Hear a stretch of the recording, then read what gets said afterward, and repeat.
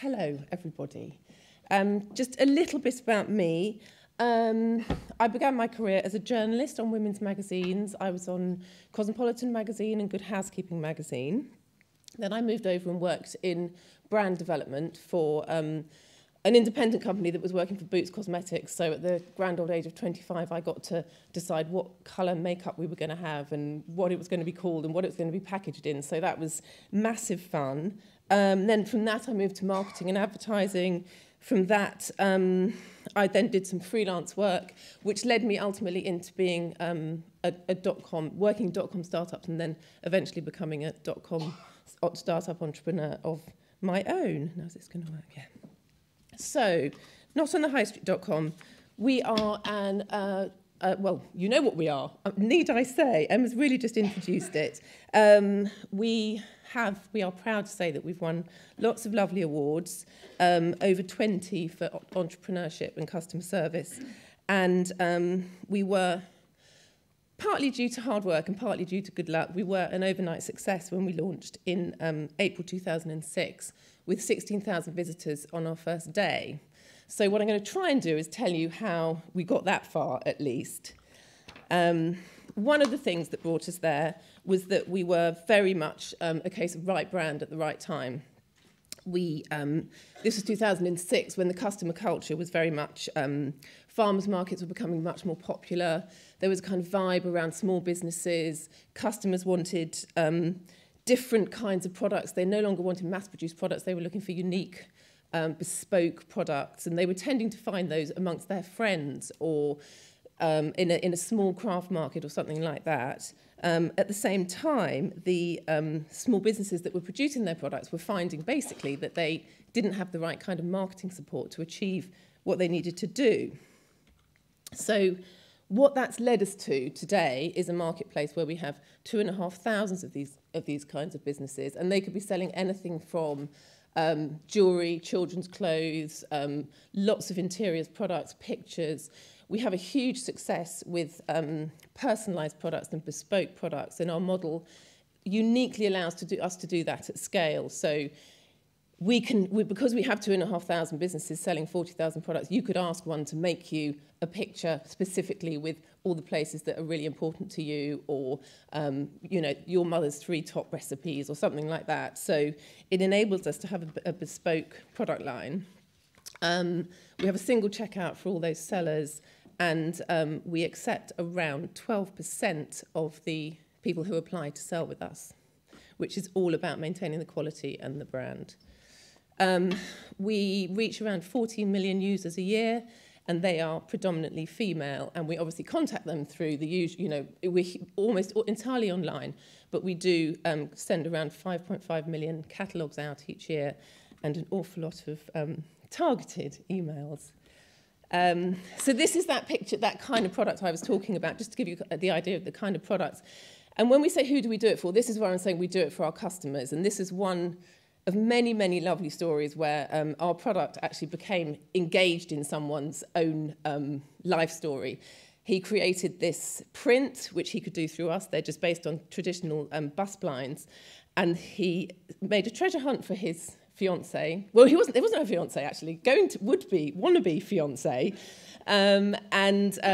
She, you know, followed the treasure hunt, and at the end of it was this picture with all her favourite places and places that meant something to them, and he covered up the bottom bit which said "marry me," giving himself time to get down on one knee, and then he said "marry me," and of course she said yes. But the nice thing about that is that we knew about that. They bothered to tell us that this has happened, and that's the kind of what we enjoy so much about what we do, is that we're engaged with it.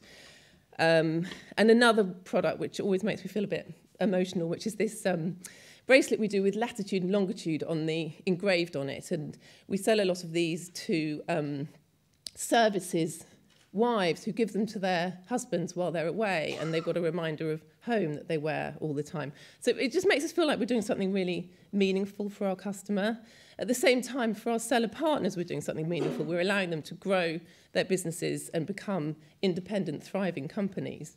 And I think we claim that we now probably, with about 2,500 sellers or partners, as we call them, we have about 4,000 resulting employees in that sort of ecosystem. So that's just really a summary. We bring the platform, the technology, the customer, our market expertise, and match it with what our partners bring, which is their products, their attention to detail, their customer service. And that's really what we are, is a blend of those two things. So just how did we get started? I mean, came here, searched the, did all the research about the market opportunity, seeing if we were unique, seeing if there was the IP, the IP was right, and looking at some of the trends like the growth of internet penetration in this country. So we very much did use these services to do that. We needed to raise money. And what that really meant was, at that time, you could get a small business loan, but the money was already starting to be, this was not the dot-com boom years at all. It was not easy to get finance. Even then, but increasingly now, we needed to be much more inventive and resourceful. And we just learned a few lessons there, that you need to be incredibly well prepared. You need to have your business plan. You need to know your numbers inside out, which can be quite tough, particularly if you're not a numbers person. But it just has to be done. And again, we did get some. Felt we'd been able to research and substantiate our business plan by coming here and doing some research in the library here. Then, of course, we had to build our website, which did not go smoothly. And we did all the right things. We had a brief, we had a budget, we got references, we put that brief out to 3 agencies to see who came up with the best offer and the best quote. But even still, what we found was that we had hired the wrong agency, so that when we launched on our launch day, which we've been building up to for months and months and months, with a timer on our website counting down to our launch day, the press all watching us. We had an article in the Daily Mail. We were Daily Candy's feature of the day. We were in the Express. We were in a couple of women's glossies. And we launched on that day, and the checkout didn't work. We weren't transactional. So it was that first big lesson that we learned about running a business is about overcoming problems. So what I would say to you is allow plenty of contingency, allow plenty of testing time, and get a timeline in place right from the beginning, and be sure that you're sticking to it. Then we needed to create a brand. And in doing that, these days, creating brand is so much. You need, as everybody here knows, you need not only your name, but you need to be able to get the URL to match. You need to be able to get the Twitter name to match, the Facebook profile, and so on. So it's not just, it is no longer about thinking up a cool name. And also you need to think of a name that sort of says what you do, but then isn't limiting. So that was our challenge. And obviously we needed to really demonstrate what we really stood for in that. We hope that we did it. It seems to have worked for us.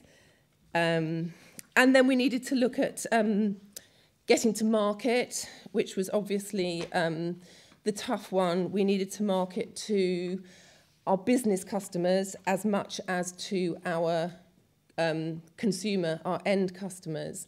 And that meant investing really heavily in marketing literature.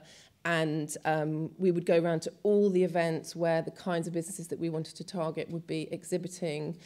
And we didn't have anything to offer at that point. This was before we even launched. So we were going to people and saying, it was asking them to join something that really didn't exist. And it was staggering how many did join, and how it just reinforced all our research and our belief that we were looking at a product, we were creating a service and a product that people genuinely needed, which is one of the most important things I think we found about starting a business. When you hit rough times, if you're absolutely sure that it's needed and it's the right thing and it's the right solution for your market, then the difficulties are much easier to overcome. We also obviously needed to target customers, which we mainly did at that time through PR. People always say, how do you get PR? And my answer is I don't truly know. Obviously, I'd worked in magazines, so I knew I knew what worked. I knew what journalists would sort of naturally respond to. But I don't think there's any real substitute for just doing the hard yards on PR like you would with anything else. And that is about getting your story clear, having pictures, being persistent but professional, being very responsive, and making sure that you're targeting the right people with the right story. So we were fortunate, and we did get an awful lot of media coverage. We also started an email campaign, which fortunately did snowball. We did some friend get friends activities and ran all sorts of competitions on our site. The day that the site actually was meant to launch and didn't launch, we had to think on our feet, and we decided to run a competition whereby if you left us your email address and let us contact you when we were live, then we'd give you, I don't know, £100 to spend on the site. And actually that turned out to be one of the best things that happened to us, because had we not done that, we wouldn't have captured all those visits. And it actually gave us a head start in getting a really substantial database growing right from day one. And then later we moved on to more complicated marketing, getting to grips with PPC, Google pay-per-click, Google AdWords, search engine optimization, affiliate programs where you sell other sites, sell your products on your behalf for a commission. But we obviously had a huge amount to learn. I'm conscious of time, sorry, I'm always the longest, I'm very sorry. And I would just sum up there with saying what our lessons were as we went through this journey. The first one is about, if you make a mistake, if you get something wrong, then own it and learn from it. I think that's so important. Just sort of sitting there saying, oh, well, it's not fair, or that wasn't my fault, just doesn't get you anywhere. So that's a very important lesson to us. And you will hear it over and over again, and I'm sure you have already, that business is, you know, the real measure of a successful business person is how they deal with the problems. It's not how they get straight from A to B successfully without any hiccups along the way. It's about how they overcome the sticky stuff. My other one I always say to people is that there is no silver bullet. There is no single magic way to market a company or launch a company. You would always need to do the hard yards to understand what it is going to work for your business.